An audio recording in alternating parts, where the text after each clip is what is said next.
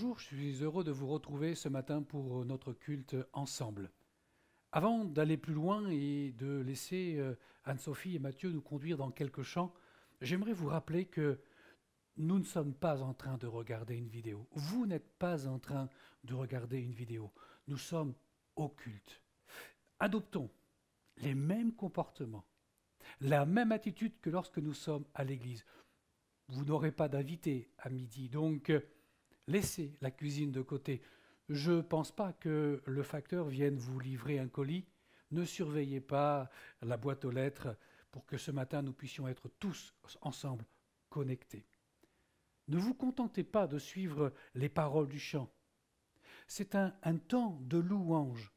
Profitez des chants pour chanter, pour louer Dieu avec nous. Utilisons aussi la fonction commentaire pendant ce temps de culte afin de pouvoir échanger quelques mots ensemble pour pouvoir partager. C'est vrai que cela bouscule notre manière de faire, notre manière de vivre même. Mais c'est là que l'on va se rendre compte que le culte que je donne à Dieu ne se définit pas dans une attitude de comportement. Souvenez-vous de ce que je vous disais il y a quelques semaines encore, en ce tout début d'année. Si nous voulons voir l'Église se développer, il faudra faire des choses que nous ne faisions pas habituellement. Nous ne pouvons plus dire « je ne peux pas » ou « je ne veux pas faire ceci ou cela » sur le simple fait que c'est quelque chose que je n'ai jamais fait. Nous sommes à la fin de la traversée du désert et il va falloir entrer dans le pays de la promesse. Faire un culte en ligne, je ne l'ai jamais fait. Faire la Sainte Seine en ligne, je ne l'ai jamais fait. Prier derrière un écran, je ne l'ai jamais fait. Envoyer des messages, des mails pour prendre des nouvelles, pour prendre soin des autres, je ne l'ai jamais fait. Beaucoup de choses que nous n'avions jamais faites vont devenir une nouvelle façon d'exprimer notre vie en Christ. Dieu est puissant, il est juste et grand, il peut tout accomplir.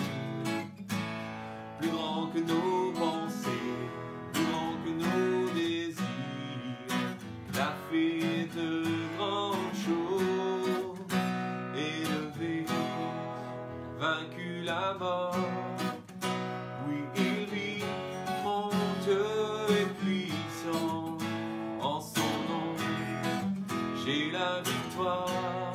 Le Seigneur, mon Dieu est puissant, Dieu vit en nous, il est parmi nous, il nous ouvre la voie. Plus grand que nos attentes, plus grand que nos espoirs, il a fait de grandes choses, élevé, vaincu la mort. Oui, il vit, mon Dieu est puissant, en son nom, j'ai la victoire. Le Seigneur, mon Dieu est puissant, Dieu est ici, sa grâce nous conduit, il ne s'éloigne jamais, il ne s'éloigne jamais. Dieu est pour nous, ses bras sont ouverts, il nous tient dans sa main, il nous tient dans sa main, élevé, il a vaincu la mort. Oui, il vit, mon Dieu est puissant, en son nom, j'ai la victoire. Le Seigneur, mon Dieu est puissant, élevé, vaincu la mort. Oui, il vit, mon Dieu est puissant, en son nom, j'ai la victoire.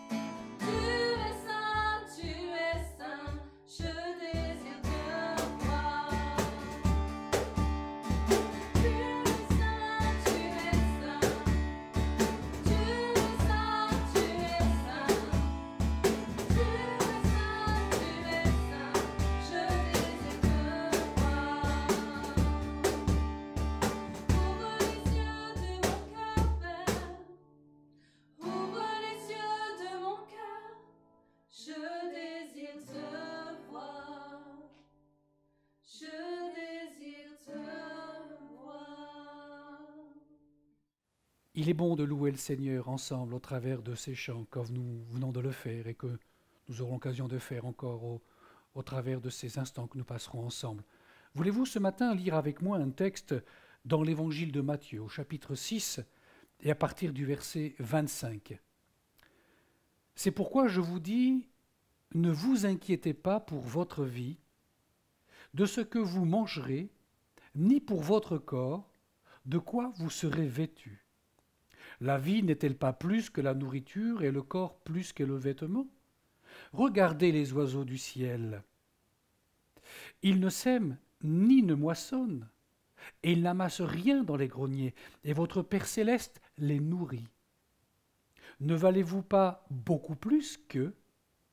Qui de vous, par ses inquiétudes, peut ajouter une coudée à la durée de sa vie? Et pourquoi vous inquiétez au sujet du vêtement? Considérez comment croissent les lys des champs. Ils ne travaillent ni ne filent. Cependant, je vous dis que Salomon, même dans toute sa gloire, n'a pas été vêtu comme l'un d'eux. Si Dieu revêt ainsi l'herbe des champs, qui existe aujourd'hui, et qui demain sera jetée au four, ne vous vêtira-t-il pas, à plus forte raison, gens de peu de foi? Ne vous inquiétez donc point. Et ne dites pas que mangerons-nous? Que boirons-nous? De quoi serons-nous vêtus? Car toutes ces choses, ce sont les païens qui les recherchent. Votre Père céleste sait que vous en avez besoin. Cherchez premièrement le royaume et la justice de Dieu, et toutes choses vous seront données par-dessus. Ne vous inquiétez donc pas du lendemain, car le lendemain aura soin de lui-même, à chaque jour suffit sa peine. Beaucoup de choses ont changé depuis ces 2 dernières semaines. Et cela peut même devenir pour quelques-uns d'entre nous comme une source d'inquiétude. Certains se retrouvent du jour au lendemain ou en chômage partiel ou chômage technique, et on envisage de suite les difficultés financières que cela aura à court terme et même à très court terme. On va faire attention aux dépenses, on va annuler nos vacances, mais cela sera-t-il suffisant? Dieu nous connaît tellement bien que dans la Bible, il nous a donné le mode d'emploi de la vie avec Dieu et en toutes circonstances. Je relis pour vous ce verset 27 de l'évangile de Matthieu, le chapitre 6. Nous lisons dans la version Louis II, 1910. Qui de vous, par ses inquiétudes, peut ajouter une coudée à la durée de sa vie? Permettez-moi de vous poser une question ce matin. Qui maîtrise l'autre? Suis-je maîtrisé par mes inquiétudes ou suis-je capable de maîtriser mes inquiétudes? Alors, le premier point que je voudrais aborder avec vous, c'est d'abord la signification du mot inquiétude. Le mot inquiétude, employé dans le texte biblique, signifie promouvoir ses propres intérêts. Intéressant. Nos inquiétudes procèdent de ce que nous regardons à nous-mêmes et pour nous-mêmes, ou pour nos proches, bien évidemment. Cela n'est pas un mal en soi. C'est normal dans un sens. Mais il y a des inquiétudes qui vont nous amener à un véritable emprisonnement moral et spirituel. Notre esprit va être constamment focaliser sur la difficulté qui est devant nous. Et cela n'est pas sans conséquence sur notre vie, sur la vie à la maison. Notre sommeil en est affecté. Et cela a même des répercussions sur notre sociabilité. Je ne sais pas si vous avez remarqué les chiffres qui nous ont été communiqués tout récemment concernant les violences conjugales ou les violences à domicile qui ont augmenté de 30%. Violence envers un conjoint, voire même envers ses enfants. Parce que tout simplement, en fait, les familles ne savent pas vivre ensemble. Et se supporter devient parfois insupportable. Tant qu'il nous restera une once de résistance, nous tournerons en boucle le problème dans notre tête. Comment ? Comment ? Comment ? Mais voilà, Jésus me dit ceci. Les versets 31 et verset 32 de ce chapitre 6 de l'évangile de Matthieu. Ne vous inquiétez donc point et ne dites pas que mangerons-nous ? Que boirons-nous ? De quoi serons-nous vêtus ? Car toutes ces choses, ce sont les païens qui les recherchent. Votre Père céleste sait que vous en avez besoin. Mes frères et sœurs, amis qui me regardez ce matin, laissez-moi vous rappeler avec toute la force de mon être, Dieu connaît vos besoins. Plus que jamais, il est fondamental, il est primordial que nous lui fassions confiance. Parce que c'est comme si nous nous retenions désespérément à un bateau qui coule. Et Dieu me dit, c'est moi qui tiens ta vie entre mes mains. Alors oui, il faut accepter de ne pas avoir de solution tout de suite. Il faut accepter de reconnaître que je ne peux pas changer les choses par mes inquiétudes. Lâchez prise, vous ne coulerez pas. Pour changer les choses, il y a une autre façon de procéder. Et c'est ce que nous allons voir après ce chant ensemble.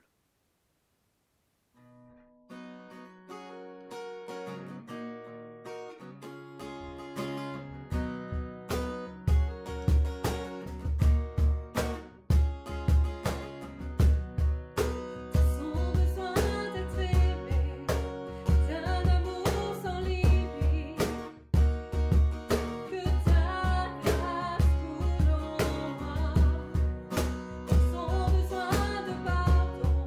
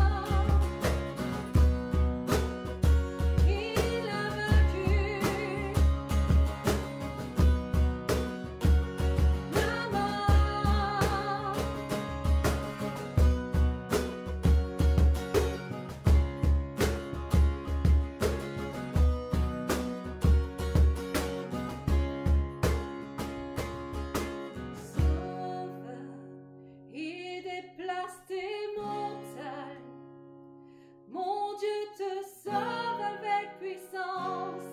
Il te sauve avec puissance.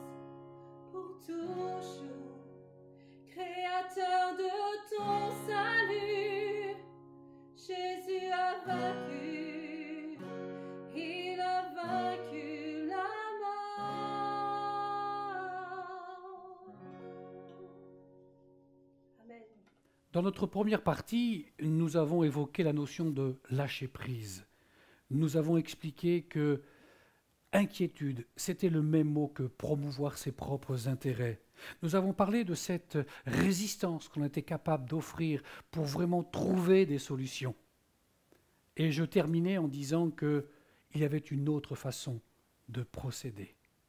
Nous pouvons changer les choses. Alors, quelle solution pour changer les choses? Dieu va plus loin en matière de relation avec nos inquiétudes. À la question « Que puis-je faire pour changer les choses ?» la Bible me répond « Ne vous inquiétez de rien ». Lisez avec moi dans l'épître de Paul aux Philippiens, au chapitre 4 et au verset 6. « Ne vous inquiétez de rien, mais en toute chose, faites connaître vos besoins à Dieu par des prières et des supplications avec des actions de grâce. » Ce ne sont pas simplement des mots à entendre. C'est un véritable acte de foi. Je choisis de ne pas m'inquiéter. Je voudrais faire remarquer quelque chose d'assez intéressant dans le texte original, dans le texte grec, où en fait, quand il est dit « ne vous inquiétez de rien », de rien n'existe pas.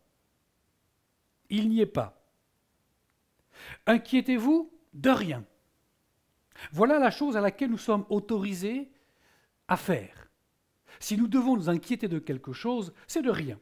Vous allez me dire, pas très français, mais tellement plus expressif. Sans vous refaire le célèbre sketch de Raymond DeVos, j'aimerais toutefois vous rappeler ce qu'il disait concernant la valeur de ce petit mot. Une fois rien, c'est rien. 2 fois rien, ce n'est pas beaucoup. Mais pour 3 fois rien, on peut déjà s'acheter quelque chose et pour pas cher. Bon, je dois maîtriser mes inquiétudes afin qu'elles ne me paralysent pas dans ma foi. Si je compare mes inquiétudes à une montagne, alors ce texte de l'évangile de Marc, au chapitre 11 et au verset 23, va s'appliquer dans ma vie. Je vous le dis en vérité. Si quelqu'un dit à cette montagne, ôte-toi de là et jette-toi dans la mer, et s'il ne doute point dans son cœur, mais croit que ce qu'il dit arrive, il le verra s'accomplir. Alors, si je ne m'inquiète de rien, que dois-je faire? Eh bien, c'est ce texte que nous avons lu dans Philippiens, où il nous est dit ceci, mais en toute chose, faites connaître vos besoins à Dieu. Comment? C'est simple. Par des prières et des supplications, avec des actions de grâce. La prière, quelle arme efficace. Non pas pour lui demander désespérément d'agir dans tel ou tel sens, mais pour qu'il me donne la paix, la sérénité dont j'ai besoin, dont les miens ont besoin. Avant de chanter un autre chant, je voudrais vous laisser ce verset. Il est tiré du prophète Ésaïe, chapitre 30, et le verset 15. Car ainsi a parlé le Seigneur l'Éternel, le Saint d'Israël. C'est dans la tranquillité et le repos que sera votre salut. C'est dans le calme et la confiance que sera votre force. Mais vous ne l'avez pas voulu. Et nous, frères et sœurs, le voulons-nous? Chaque jour est une occasion de louer Dieu. Chaque jour est une occasion de l'adorer. Je vous encourage chaque matin à prendre du temps pour le remercier, pour l'aurore qu'il fait lever chaque jour sur vous. Béni soit son nom. Bénis Dieu, oh mon âme, oh mon âme, rends gloire à son saint nom. Oh, chante comme jamais, oh mon âme, rends gloire à son saint nom. Bénis Dieu, oh mon âme, oh mon âme, rends gloire à son saint nom. Rends gloire, oh chante comme jamais, oh mon âme, rends gloire à son saint nom. Voici l'aurore d'un nouveau jour, pour toi chant doit s'élever devant ce qui m'attend et ce qui pourrait arriver. À la fin du jour, je te chante encore.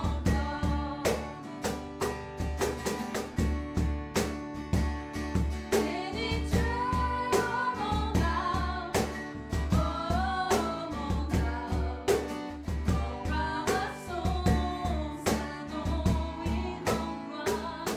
Oh, chante comme jamais, oh mon âme, rends gloire à son saint nom. Les chants montaient et n'en à la colère. Ton nom est grand et ton cœur est bon. Je ne cesserai de chanter tes bontés. J'ai des milliers de raisons pour louer. Bénis Dieu, oh mon âme, oh mon âme, rends gloire à son saint nom, oui, rends gloire. Oh, chante comme jamais, oh mon âme, rends gloire à son saint nom. Un jour viendra, je n'aurai plus de force. Mon heure venue, la fin sonnera. Pourtant, mon âme chantera tes louanges. Pendant des milliers d'années, oui, sans fin.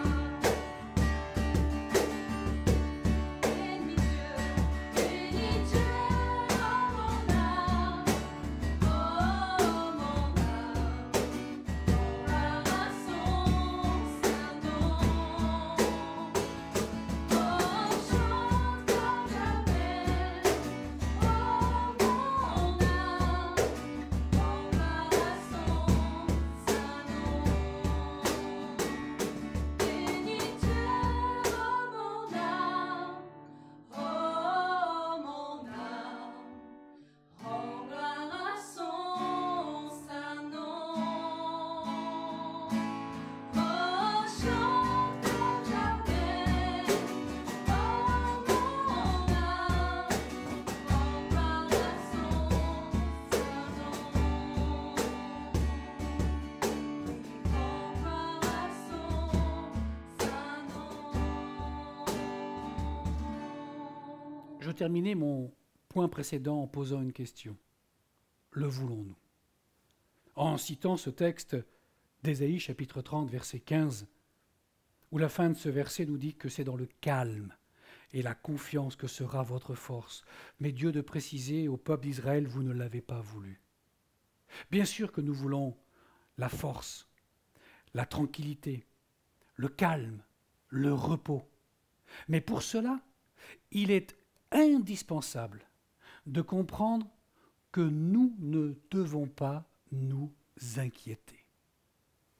Le dernier point, avant de faire ma conclusion, je l'ai intitulé « S'inquiéter ou prendre soin ». Pourquoi cette question ? Eh bien parce que je voudrais souligner un point encore intéressant. Au chapitre 6 et au verset 34 de l'évangile de Matthieu, nous avons lu ceci tout à l'heure en introduction. « Ne vous inquiétez donc pas du lendemain, car le lendemain aura soin de lui-même, à chaque jour suffit sa peine. » Ce que je voulais faire remarquer avec vous, c'est que le verbe « inquiéter », ne vous inquiétez donc pas du lendemain, et le mot « soin », le lendemain aura soin de lui-même, en fait, dans le texte original, dans le grec, c'est exactement le même mot qui est employé. Ainsi, on pourrait s'amuser à traduire ce verset de la manière suivante. « Ne vous inquiétez donc pas du lendemain, car le lendemain s'inquiétera lui-même, ou s'inquiétera de lui-même. À chaque jour suffit sa peine. » Et puis, si on considère que c'est le mot « soin », on peut dire ceci, ne cherchez pas à prendre soin du lendemain, car le lendemain aura soin de lui-même. À chaque jour suffit sa peine.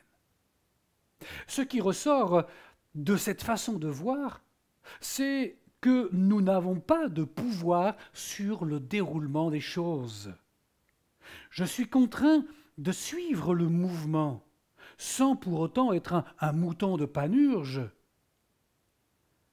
Attention à la façon dont vous pourriez comprendre cette phrase. On voit aujourd'hui dans notre actualité, malheureusement, qu'outre-Atlantique, on est capable de braver les recommandations au nom de la foi. Nous sommes tous bien d'accord, ce sont des pratiques qu'en aucun cas nous ne pouvons légitimer. Ce que nous voulons, c'est entendre la parole de Dieu qui me dit « Prends soin de toi ». Ne vous inquiétez pas, c'est revenir à dire « N'oubliez pas qu'il faut prendre soin de vous ». N'essayons pas de vouloir régler les choses qui sont au-dessus de notre portée. Reconnaissons nos limitations et acceptons de tout remettre entre les mains du Seigneur. Pour conclure, j'aimerais vous donner simplement une dernière recommandation. Une phrase que l'on emploie régulièrement dans ces moments. Prenez soin de vous. Lorsque la Bible me dit « Ne vous inquiétez de rien », elle me dit « Prenez soin de vous ». Alors, connaissons-nous réellement la nature de nos besoins? Prendre soin de soi, c'est prendre soin, bien évidemment, de son corps, mais c'est prendre soin de son âme, c'est prendre soin de notre esprit. Il est plus qu'important que dans cette période que nous traversons, dans cette période que nous vivons, de savoir prendre du temps pour soi et pour Dieu. Souvenez-vous comment Jésus a enseigné ses disciples à prier. C'est d'ailleurs dans ce même chapitre 6, quelques versets plus haut, où Jésus donne cette recommandation. Matthieu chapitre 6, le verset 6. « Mais quand tu pries, quand tu as besoin d'entrer en communion avec moi, quand tu cherches à prendre soin de toi, entre dans ta chambre, ferme ta porte et prie ton Père qui est là dans le lieu secret. Et ton Père qui voit dans le secret te le rendra. » Lorsque la Bible nous parle de cette chambre, C'était une pièce spécifique dans la maison. Ce n'était pas forcément le lieu à coucher, mais c'était aussi la réserve, là où il y avait la nourriture. C'était l'endroit où on se retrouvait pour s'isoler. Entrez dans la présence de Dieu, là où il y a de la nourriture pour votre âme. N'essayez pas de trouver des solutions à ce que vous ne pouvez pas résoudre. Entendez ce que Dieu vous dit. Il prend lui-même soin de vous parce qu'il sait ce dont vous avez besoin. Alors, mes frères, mes sœurs, en terminant, je vous dis simplement, prenez soin de vous.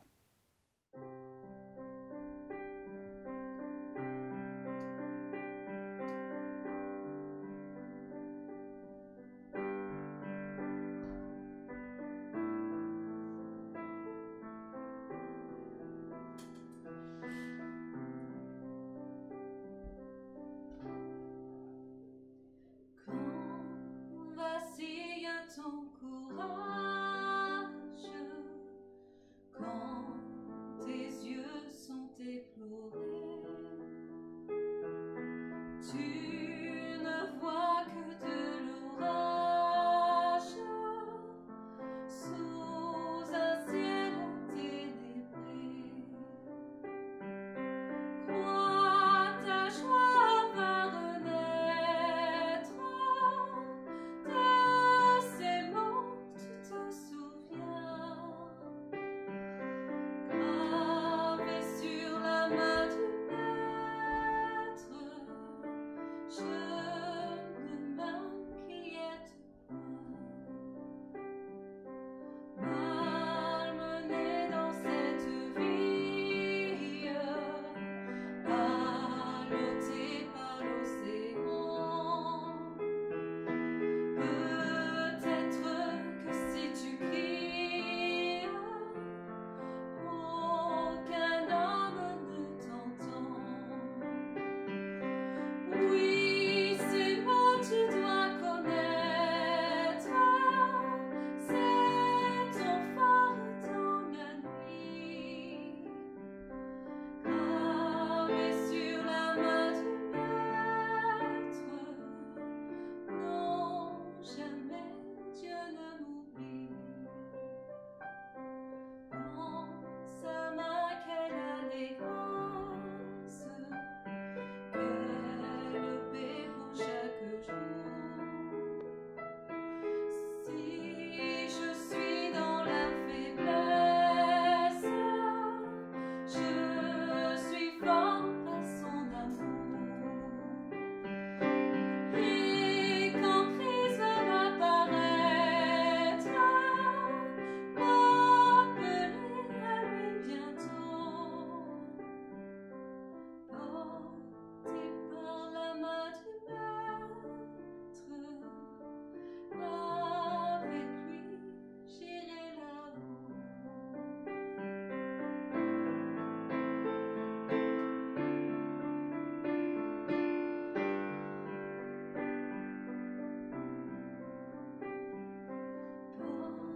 Porté par la main du Maître,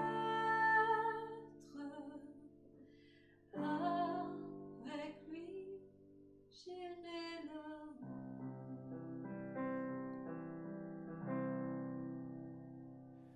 Le temps est venu pour moi de vous souhaiter une bonne journée, de vous encourager à persévérer dans la foi et à vous dire que nous nous retrouvons dimanche prochain à même heure, 10 heures. Mais nous allons vous proposer quelque chose de particulier. Nous allons vous proposer un culte avec Sainte Seine. Dans le courant de la semaine, par les réseaux sociaux et les autres moyens à notre disposition, nous vous expliquerons comment il faut préparer, comment il faut vous y préparer. Parce qu'il est bien évident que moi, derrière la caméra, je ne peux pas vous donner du pain ou du vin, vous l'aurez compris. Il y aura donc de votre côté une préparation à faire en amont. Nous sommes au mois d'avril. Le journal est à votre disposition, vous l'avez déjà reçu. Nous vous l'enverrons à nouveau pour que vous puissiez l'avoir aussi à votre disposition. Il y a quelques informations importantes et puis surtout un édito écrit par Daniel Cattard. Et vous verrez que cet édito qui a été écrit il y a quelques semaines de cela, eh bien, est tout à fait d'actualité. Alors nous prions pour que Dieu vous bénisse, nous prions pour que Dieu soit à vos côtés chaque jour, et nous croyons qu'il le sera. Et je vous dis à très bientôt. On se retrouve mardi soir à 19 h.